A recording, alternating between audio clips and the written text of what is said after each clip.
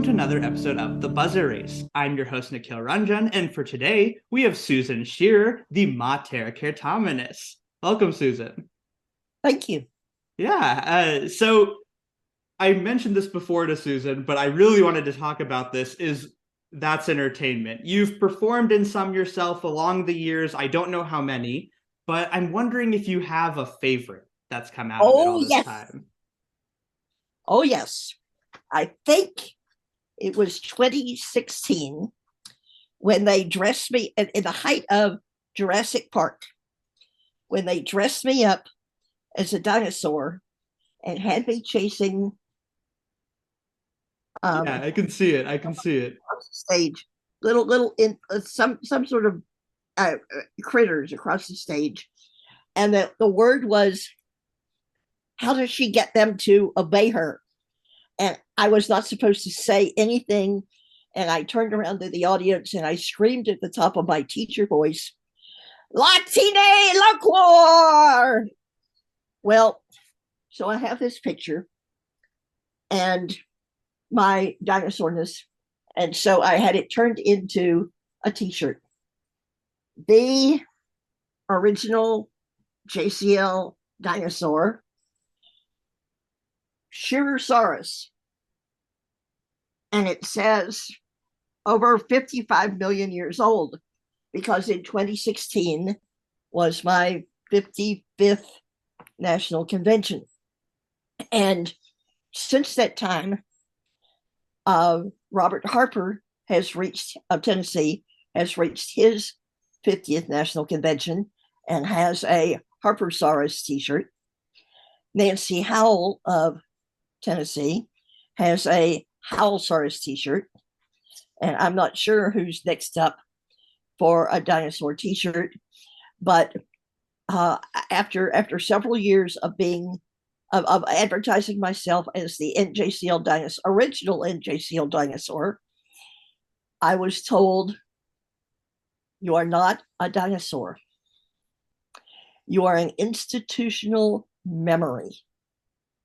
And so whether you call me a dinosaur or an institutional memory, I can take you back to 1960. Indeed, I have written the National JCL histories from the beginning through 03, and then that was the 50th National Convention, and then again through 2010, which must have been I don't know, some other, oh no, it wasn't 2010, it was 2011, which must have been the like 58th, maybe 36 and 11, 36 to 11. At any rate, whatever national convention it was, or birthday, 75th birthday of the JCL, I think, maybe. Mm-hmm. I don't know. The 2011 sounds right, because I think 36 is like the official year. So so it sounds right. 2011 sounds right. Okay, so I know that was the year that 2003 and 11 were the years that I took the whole huge display of JCL memorabilia to national JCL conventions. And so I am very, very happy to be the institutional memory of this group. No, thanks. Yeah, that's awesome. And so I have to say, I was really hoping you would say it's the Jurassic World skit, because that was my first memory of you. Oh, really? It was the Jurassic World skit. And I was like, oh, this is so sick. So I'm glad it lines up nicely like that. Good. Yeah. That's awesome. So we're now getting into the more Certamen related things, pseudo more serious, whatever that means. And we're going all the way back. So now, when you were a student in school, what was Latin like in school? Was it a required subject? Was JCL a thing you had going on? I went to a public school in Asheville, North Carolina. It was at that time called Lee Edwards High School. It is now Asheville High School. Only academically superior students could start Latin in the 9th grade, and that was in junior high school. And they could not join JCL until they proved themselves with an A average the first 6 weeks of Latin 2. and I was invited to join the Junior Classical League at Lee Edwards High School, and I still have my original membership card because it was a very special thing. I didn't know what I was getting into. All I know is that I liked Latin. I was good at Latin, and February or March of 1961, my Latin teacher, God rest her soul, she was incredible, said, "You might be interested in this National JCL convention in Bloomington, Indiana." Well, excuse me very much, but who on what wants to go to Bloomington, Indiana in August for a National JCL convention? But I was ready to do something new, to break out, and I said yes. I was one of 3 girls who went to that, from our high school, who went to that convention, and it changed my life. Yeah, no. I don't know. I met people from outside my high school. One young lady from Eastern North Carolina, I'm still in touch with. 60, 50, I don't know how many years, 1961. Like 62. 62 or 3 years later, she lives in Athens, and we still communicate with each other. And when I go to Athens, I see her. And it's just like, that's what JCL is all about. We were National Senior Classical League officers together, and it just, I don't know, something happened that I didn't realize in 1961. I think I realized 2 years later, when I was a senior in high school, that this was something I wanted to do for the rest of my life. I think I had thought about majoring in French and minoring in Russian and translating at the United Nations. And by the time I was a senior in high school in Latin 4, I knew I wanted to teach Latin and stay with JCL with my students for the rest of my life. And that was 60 years ago. And I'm still here. Still here, still strong. Well, not sure about strong, but still here. Hey, still here, still here. That's what counts. That's what counts. So you talked about how you eventually became a Latin teacher.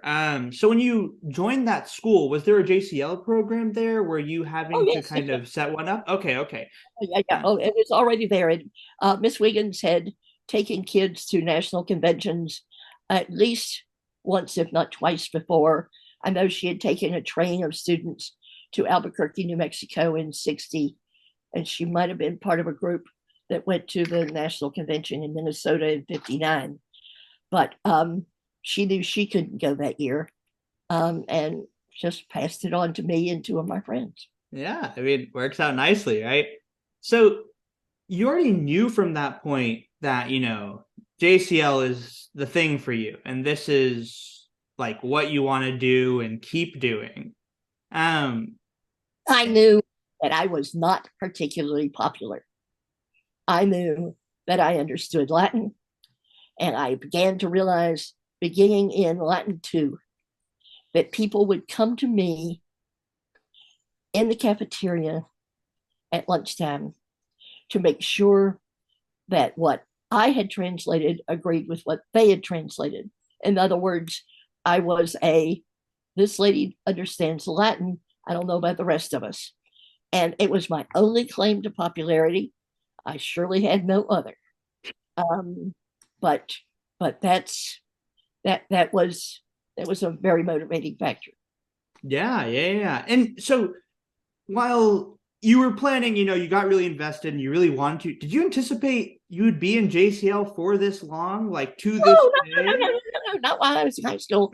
I said it wasn't until I was a senior. Yeah. So I'm asking, like, at that point, like at your senior year, did you just like, you're like, oh yeah, this will just be. Well, I went back to my second convention in '62, which was I think it must have been 3 weeks to get from North Carolina to Los Angeles and up the West Coast to Seattle and the World's Fair, and over to Montana State College in Bozeman, and then back through the middle of the United States. And we're talking about essentially before interstate highways. Mm-hmm. Over 5 buses in tandem from North and South Carolina. And we traveled that entire 3 to 4 weeks in tandem, stopping, God only knows how they did this, because this was before there were a whole lot of McDonald's and stuff like that. And they knew they have to pull into some place where that could accommodate 5 busloads of students, not to mention overnight accommodations. But we really got to know each other. They become such good friends. That was the '62 trip. And '63 went out to Kansas and wasn't quite that long, but nevertheless was just as binding. And I really felt like I was something special because this was my 3rd national convention. But people looked up to me because it was my 3rd national convention. And it was after that convention that I realized this was something I wanted to do for the rest of my life. That's awesome. That's like so sick to hear. Sick? I hope not. Cool. I'll switch. There's several years difference between us. Yeah. I'll go to cool. I'll go to cool as the adjective there. So this is like how you get into the JCL and become super involved. But naturally, you know, as the Mater Certaminis, we have to talk about Certamen, how it comes about, right? Because Certamen is only one side of the JCL, but it's a pretty cool side. It's one we're pretty involved in, so we have to switch to it. So, as you mentioned, Sister Therese Marie Daughtery of the College of Notre Dame in Baltimore is the one who invented the game of Certamen in the late 60s. Maybe there was like another form of it that existed elsewhere, but this was kind of the first, like, at least from what you know, at least first like official existence of the game. Can you kind of talk about like what inspired Certamen to come about, and like what kind of was the aim of this new competition that was being introduced to Latin students? No. All I know is that Tony Rufa of the Collegiate Schools of Richmond glommed onto this idea and invited 24 schools from the Richmond area to compete against each other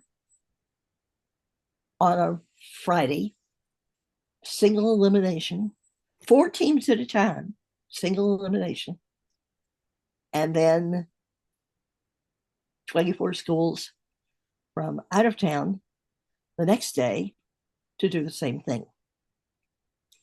And I was a first-year teacher at John Hanley High School in Winchester, Virginia. I thought, oh, this sounds cool. So I made up a list of 25 questions that I cranked through the purple mimeograph machine that dealt with, questions that dealt with grammar, vocabulary, history, mythology, Roman life, whatever else. And from that, I picked 5 students: a grammar person, a mythology person, a history person, and a general person. 3 of those 4 students were on the first state championship team and the second. 8th graders showed up the second year and took the 4th spot. And in 1972, a Latin teacher came up to me after we won that state championship the second time and said in her little old lady voice, "Some of us teach Latin all our lives, waiting for a student like that. And you have two of them in 1 year? I'm sorry, but I was hooked. And I just thought that Certamen was the best thing since sliced bread. That's silly. Certamen was a raison d'etre, a reason for existence for people who loved to learn more about the Roman world, Roman history, classical mythology, how the Romans lived, ins and outs, fine points of Latin grammar, who wrote what, comprehension of Latin. But Certamen in 1971 and 72, questions were all over the board. And I'm not sure where I'm supposed to take you from there. No. I mean, if you can talk about what those questions were like, what the atmosphere is like of this first big event that's taking place. We have 4 teams side by side, 4 teams of 4 students side by side. They have no buzzers. They slap the table. Oh, yeah. Any of us have played slap the table, Certamen. That's difficult. But the team that won the toss-up question might have had 1 bonus at 5 points, 2 bonuses at 5 points each, 3 or 4 bonuses. And it was just all over the map. But the whole idea was to rack up as many points as possible. All I remember at this point is that my high school team, my Handley High School team, and the team from, oh help, I'm sorry. No, you're good. Was it Douglas Freeman? Yes, Douglas Freeman met on live. No, it couldn't have been live. It had to have been taped. Richmond Channel 6 for the finals. And Douglas Freeman had this most incredible student. But when the question was something about, I don't know whether the question was about Agrippa's temple or Athena's temple, but she came out with either Parthenon or Pantheon, and it was the wrong answer. Mm. And that so shut her down because she had made such a stupid mistake that we had immediately buzzed in and corrected. That it was just like she couldn't do anything else for the rest of the final round. And I apologize to you, whoever you were, if you're listening to this, but that's, I think, the truth. And so we walked away with first place out of 48 teams. And that included college students at that time. Okay. So what am I supposed? Whoops. No, it's just my computer disappeared. No, you're good. You're good. No, that's fine. That's fine. I'm just taking it in. Like, you say what you want to say, I'll take it in, and then I'll move us when you think we've kind of described it. Okay, but I mean, it was really weird. It was not anything like what we know Certamen today. Yeah. Single elimination. It was 4 teams at a time. It was like, yeah. So Certamen, this competition, you interact with it, gets introduced to the NJCL by you. Okay, and that was because in 1971, the National JCL Committee decided that academic tests were destroying the spirit of the JCL. Only Texas and Tennessee students were winning academic tests. Okay, so there were not going to be any academic tests in 1972. And I said, please, let us have two things. I think I called it a pentathlon. It might have been a decathlon or something else. One test that went over multi fields of Latin knowledge. And I said, let us try this team game called Certamen. Well, the National Committee said, okay, we could do both of those things. And so we did both of those things. 1972 was a disaster of a national convention as far as not having academic tests. The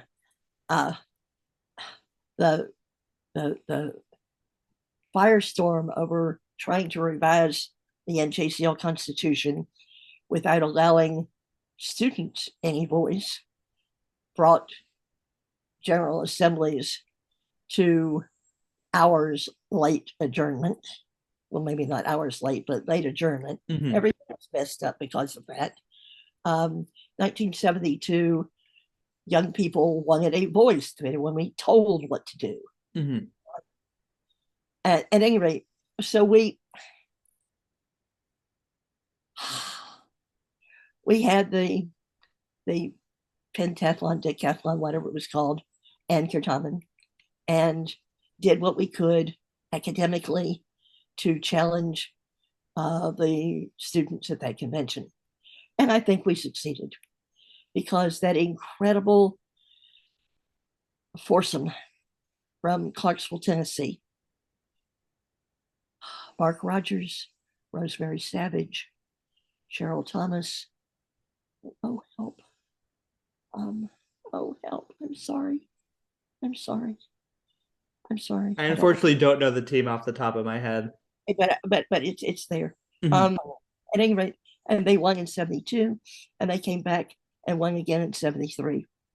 And I'm still on Facebook with Mark Rogers, who is duly proud of this. And it's a wow to me that Certamen is now 52 years old. Yeah. That is like crazy. So much. So what were the numbers like at the national conventions? Like, I guess, like, over time, like, what was this first convention like with Certamen, and did it like rise and fall? I have no clue. Okay. No memory. I can tell you that in 1975 or 76, I'm not sure which, we introduced a lower division Mm-hmm. because until that time, for the first 3 or 4 years, it was just anyone from any level. And then they decided, let's have a lower division. And that was well received, although there were still many states who could only field one team. Mm-hmm. And if they had advanced players, they had to play on advanced. So that was the first division. And some people said, the lower division's not worthy of notice. I'm sorry. Virginia won the first one, so what am I to say? And the young lady who was the captain of the Virginia team was later elected, several years later, elected national president, the first female national president of the National Junior Classical League, Amy Sabinick of Annandale, Virginia, who is now Amy someplace in northern New Jersey. I'm sorry. Hoboken. At any rate, Andraka, Amy Sabinick Andraka. So we muddled around pretty badly for the first 8 or 9 years until somebody suggested that we go into let's make everything even, 1 toss up, 2 bony. And that seemed to be much easier for question writing. It seemed to be much fairer for players. The problem was, how do you keep having to multiply questions so that different teams get different questions. Well, suddenly somebody said, let's ask the same questions to every team. Well, okay. So in the 1980s, we went into sequestering everyone from Latin 1, Latin 2, Latin, excuse me, they didn't have Latin 1 yet. Everyone from lower division and upper division went into sequestering, and you had to stay there. So you couldn't sneak into somebody else's playing room and find out the questions in advance. And that was a huge time stealer. And that went on for at least 7 or 8 years until, I think, I'm not sure, James Greenwald of Wisconsin said, people, this is stupid. Play all the Latin 1s at the same time, play all the Latin 2s at the same time, play all the Latin advanced at the same time. And voila, that's where it's been since then. Intelligence sometimes helps out. It's been so much easier since we went to the format that we're currently in. When it happened, I'd have to go back into my history of the JCL to figure it out. Yeah. I mean, dang, that's like very interesting to hear. Very wacky at times, but I mean, that's kind of how things start, right? Just a little strange. But okay, so this is the big question before we shift into a more broad discussion of Certamen. And this may be a tough question, but are you able to pick a this is the JCL memory of like all your years in the JCL? This is like the one that sticks with you the most. It's like I don't know, just kind of like that standout. Do you have one? Is there one that you can like choose? Sure. It was 2003. It was the 50th National Convention when the National Committee gave me permission to try to find all the past national presidents and invite them to the 50th National Convention in San Antonio, Texas at, oh, help me. I'm old. What's the name of it? Probably Trinity. Trinity, sure. Trinity. Yeah, I'm from San Antonio. That's why I'm like, I think good, got it. Yeah. And so, I started with this first name on the national president's plaque, Alvin Dungan, Wenatchee, Washington.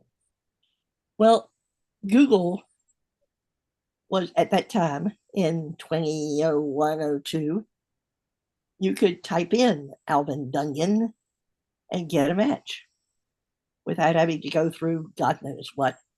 And so I said, is there any chance that you are the Alvin Dungan who was the 1954 National Junior Classical League president?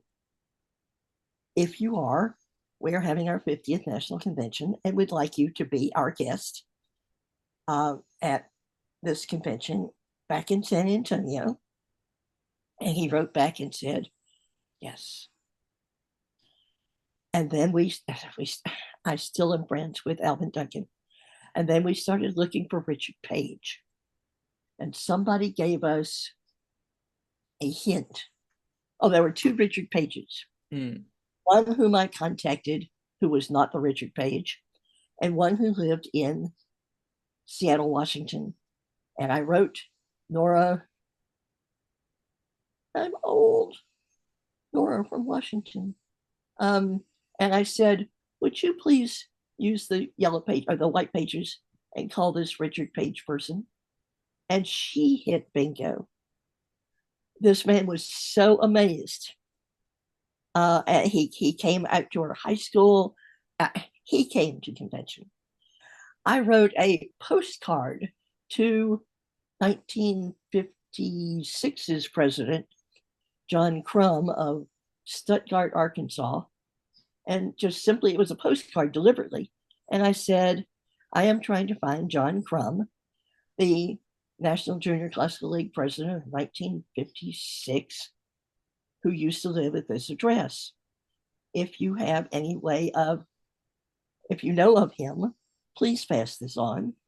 And then one afternoon, I'm sitting there on my porch and the telephone rings and I say hello. And he says, Susan, this is John Crumb. I mean, it was like, and it went on like this for the fall of '02 and '03. And we had 24 or 25 of the previous National JCL presidents attend that convention, the 50th National Convention at Trinity University in San Antonio. Not all of them were there at the same time, but those who were posed for pictures and made me join them in a couple pictures. But even the current, at that time, current president and president-elect were part of the pictures. And of course, the National JCL president in 2003 was Michelle Wu, who is now the mayor of Boston, Massachusetts. It just, JCL is such a small world. Yeah. And I still am in touch with, probably 15 of these past national presidents on Facebook or whatever. It's just it's a wonderful, wonderful trip back in time. Yeah, that's so crazy to think about. Like that was a whole organized thing trying to get everyone, especially because that's over 50 years of people that you're trying to get in touch with. And it worked, I mean, they yeah. broke down barriers. They came from Hawaii. They came from all over because this had been something special for them. The problem was at that point, the women who had been national presidents were of child raising motherhood age and were not able to come, which I regret. But I am very, very happy that as of last year, something like 24% of our presidents have been female. And that's been since 1979. Yeah. It has nothing to do with your Certamen. No. It's JCL. Yeah, no. That's not I'm not gonna be like, no, don't talk about that. That's awesome. That's awesome to hear. So we've talked about this. We've talked about the JCL broadly. We're gonna try to hyper focus more into Certamen now. Really kind of talk about it on the broad scheme, but it's gonna just be all kind of Certamen from here on out. So there have obviously been a lot of changes that Certamen has seen over time, from the number of teams to question style to, how many bone, you mentioned how many boni being just like a standardized format and stuff. Was there any one change that you thought was the biggest of the changes that Certamen saw? And then do you have a preference for certain bits of the older format that are no longer with us today? I know it's a very broad question. Okay. There's been an up and a down. There used to be a small number of Greek history and life questions. When I say used to be, this had to have been in the 80s. Doris Kayes, God rest her soul, got to the point where she said, there's just simply too much information for us to be including Greek questions. And now, of course, with the past couple of years JCL emphasis on Mediterranean studies, we are back in the point where you got to include something that's beyond Rome. And do I have a stance on that? No. I agree with Doris. There's too much already. And I agree with Jenny that we have to do something to include all Mediterranean studies. Where does that leave me? I'm no longer a yearly question writer. All I do is take that incredible 30 to 40 page packet of extra questions after Certamen every year. Make a note of that. Somebody for me has made a note of what extra questions have been asked, and I replace them. That's my only job for Certamen these years, for the last 4 or 5. I don't moderate. I don't write yearly questions. I just keep the extra questions packet workable, except for late Roman history. But I enjoy that immensely. It's just one of my contributions to my baby. Oh, good. I was just gonna say, is there any like change in terms of maybe like the format or something that you thought was like a really big shift that Certamen saw? Like maybe dropping that 4th team. I don't know how like formatting was. Yes. But dropping that 4th team was 50 years ago. Yeah, okay. So that got dropped like really early on. I wasn't clear on when the 4th team was just sent out. I'm not sure either. But okay. I am quite sure that the 4th, I'm not even sure that there was a 4th team in 72. But okay, so it maybe was phased out like almost immediately. Okay, yes. Okay. Seems good. We didn't have buzzer systems. Yeah. You could kind of have infinite teams with no buzzer systems, no restrictions, just a desk to slap. Yes. So you kind of mentioned, you've talked about Doris K's mentioning there's too much, and Jenny wanting to expand on certain things, and they're both good stances. They're both things you want to be with, but where do you go from there? And I'm wondering, are there like changes though that you do want to see with the current state of Certamen, like where the game is? You're like, this is something I would like to see maybe incorporated again, or just of the sort, or introduced for the first time. I am Mater Certaminis. There is a point for the Mater to let her children loose and do their own thing. I would no more dare to suggest any changes. I believe that my children who now operate Certamen are perfectly capable of doing that without any input from me. I just am in total awe that it's still there. Thank you. That's awesome. So, I keep saying I'm asking broad questions, and then I only manage to ask more broad questions. I don't know why. I just because I want to hear so much from you, so I'm just like throwing questions here and there. I mentioned this before we started recording, but the simple question someone suggested to me was, why Latin? Why not Latin? Is there a subject that could possibly be taught in our schools today which teaches English, history,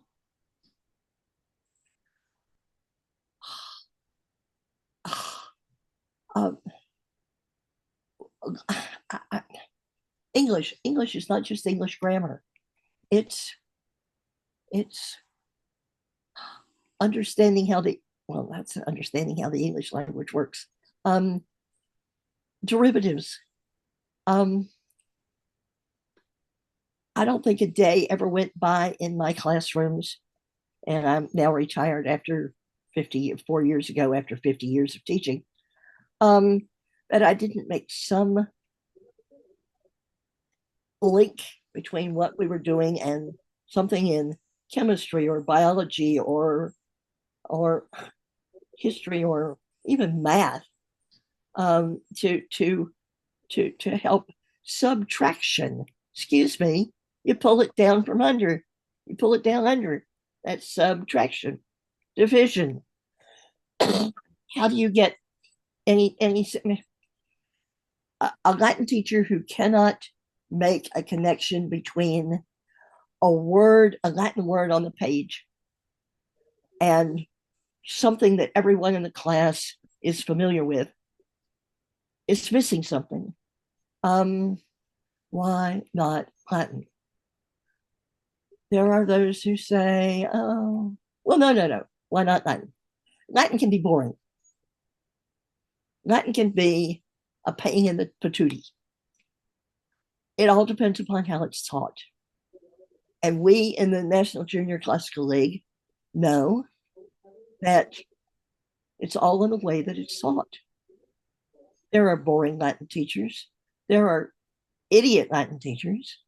There are intelligent Latin teachers. There are challenging Latin teachers. And there are easy Latin teachers. And I was a challenge. I was never boring. My favorite example is the t-shirt that I wore that says, I am weird. And it's because my Latin text did all four conjugations at the same time. And so I am weird. What does weird mean? Well, people say strange, and then somebody will say odd, and I'll say, you got it. What does odd mean? And somebody will say the opposite of even. And then I say, you got it. I am weird. If you are odd, one or third, first or third conjugations, I am weird. You drop the vowel before the O ending. If you are even, second or fourth, you keep the vowel. And I mean, this was just like, this is like, I dreamed it up one night. I'm sure other Latin teachers out there dreamed it up some night, but it worked. And to this day, I am weird. It works. There are just things that teachers come up with that work, that students will never forget.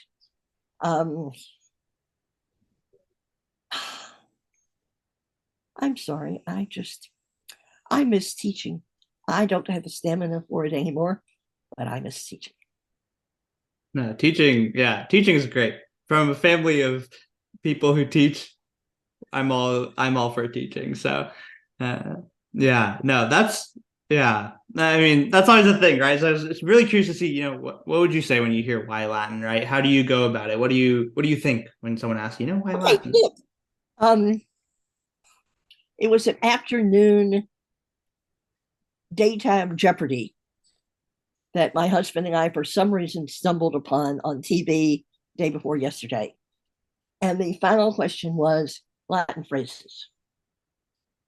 What Latin phrase was a pharmaceutical phrase for substituting one medicine for another? And none of these three contestants had a clue. Well, the first thing that came out of my mouth was quid pro quo, which of course was the answer. There is a world of knowledge out there that is being lost to the current generation that does not have the opportunity to study Latin, or the teacher who will make such connections relevant.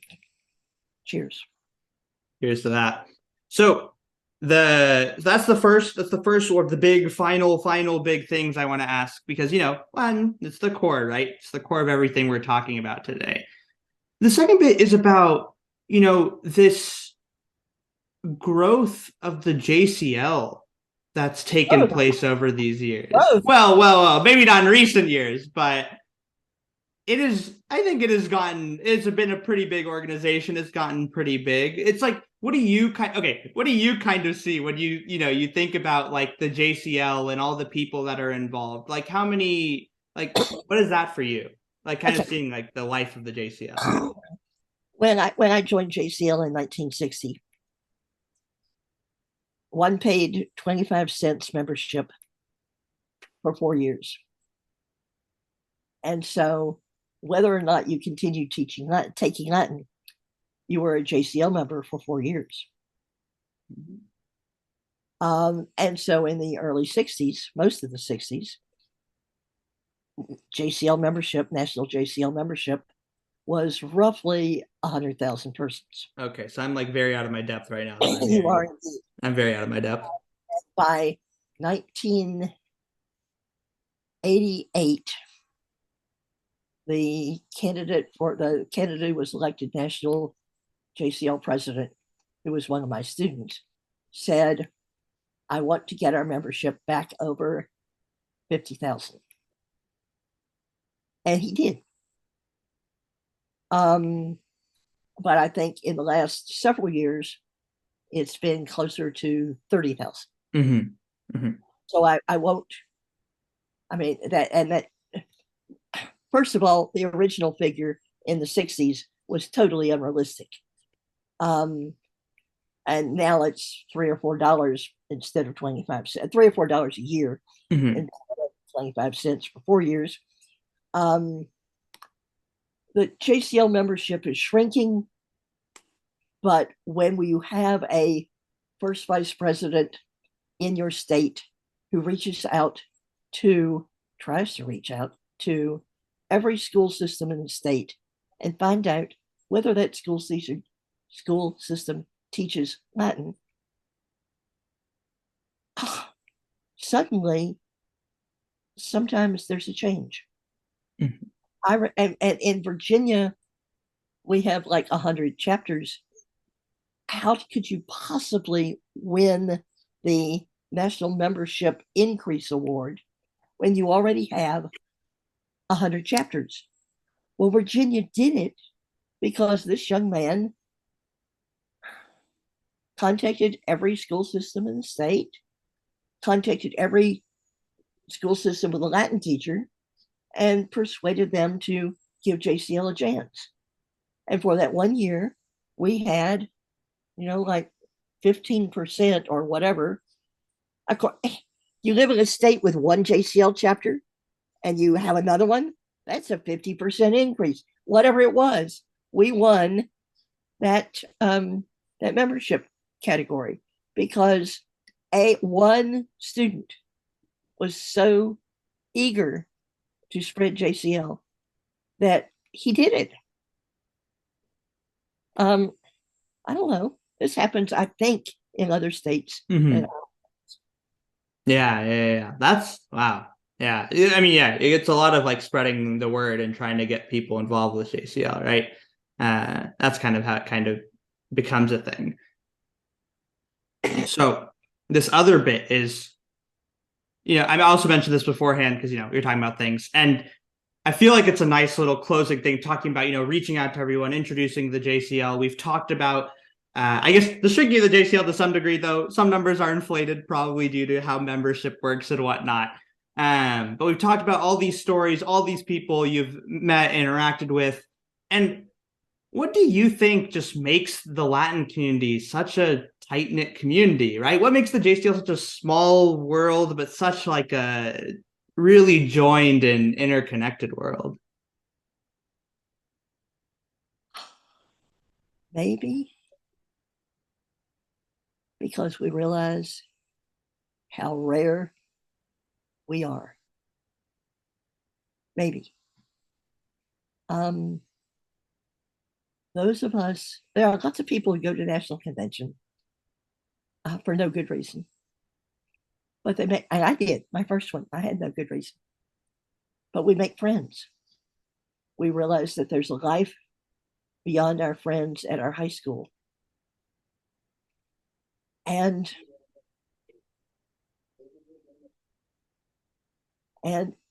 those friendships are worth pursuing.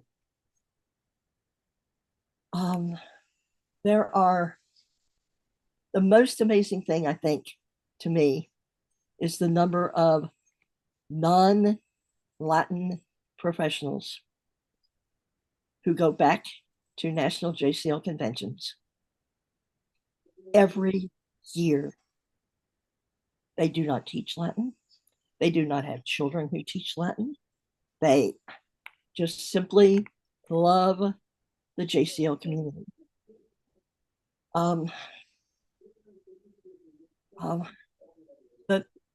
There used to be a point on the national committee where there were precious few Latin teachers on the national committee. They were simply people who loved JCL. And I have no idea what percentage of the current national committee are Latin teachers. I can just tell you that everyone involved in this organization has found it to be a source of support, a source of friendship, lifelong friendship. My sister was a Latin teacher. She had been to every state in the Union except North Dakota. And she came to the 1997 convention in North Dakota because she had never been there.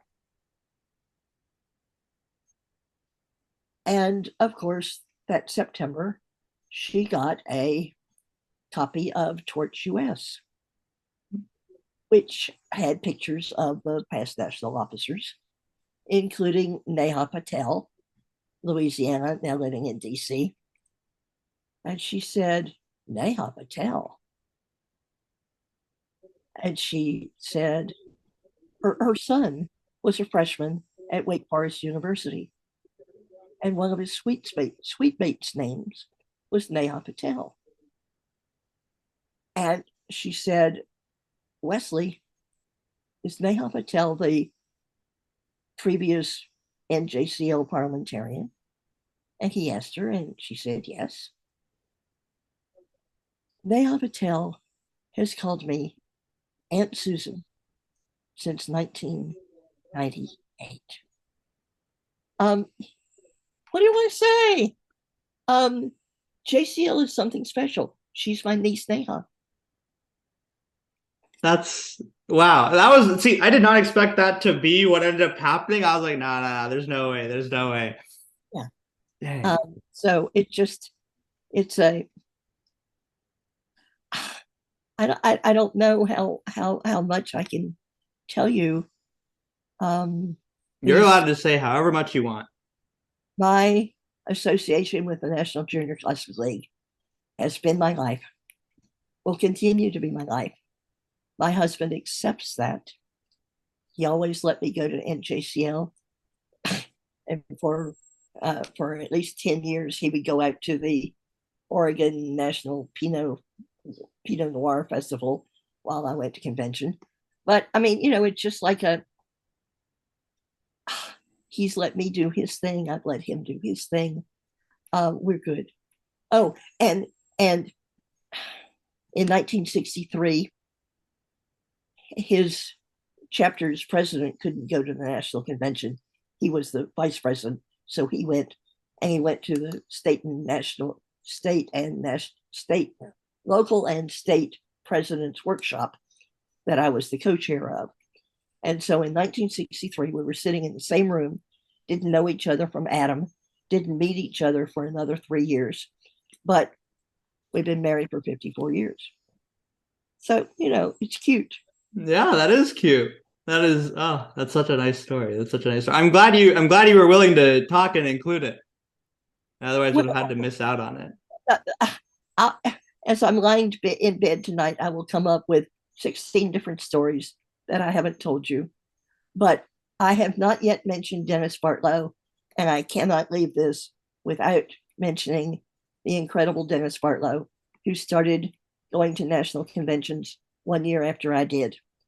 He unfortunately died in 2013, and after 2011, it would have been his 50th national convention. So we went to 51 and didn't get to 52. Dennis Bartlow was Mr. JCL, bar none. Since then, none. Maybe you could nominate Sherwin Little as second place, but Dennis Bartlow will always be Mr. JCL.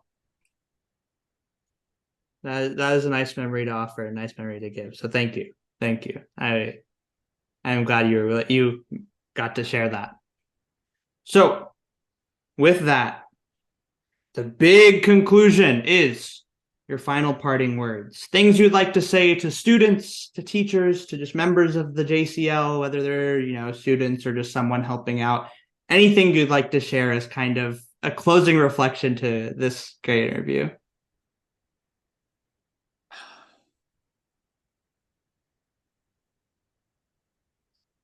The theme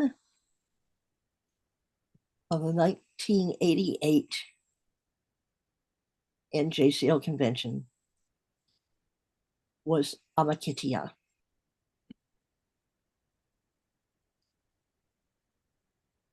I cannot possibly come up with any other theme more perfect for this organization. I do not know where Kimberly Ann Burke, I think that was her name, is now. But Amakitia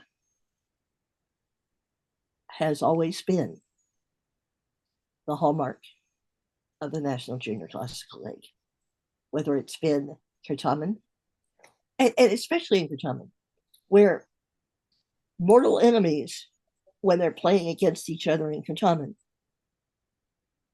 become such close friends. And that has happened. It does happen that players from different states who vie against each other in academic contests as well as Certamen form lifelong friendships that are meaningful. And when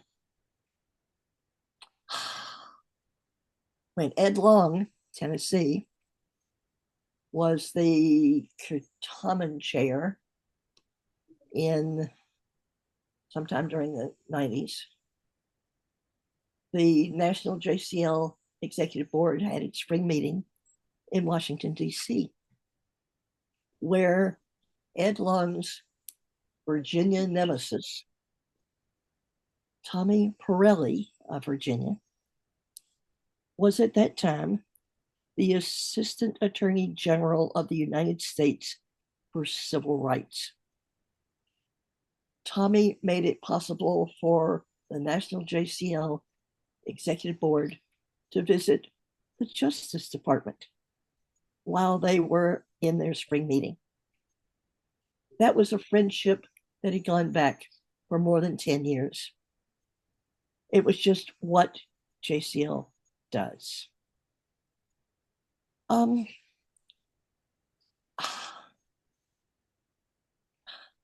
love just about everyone.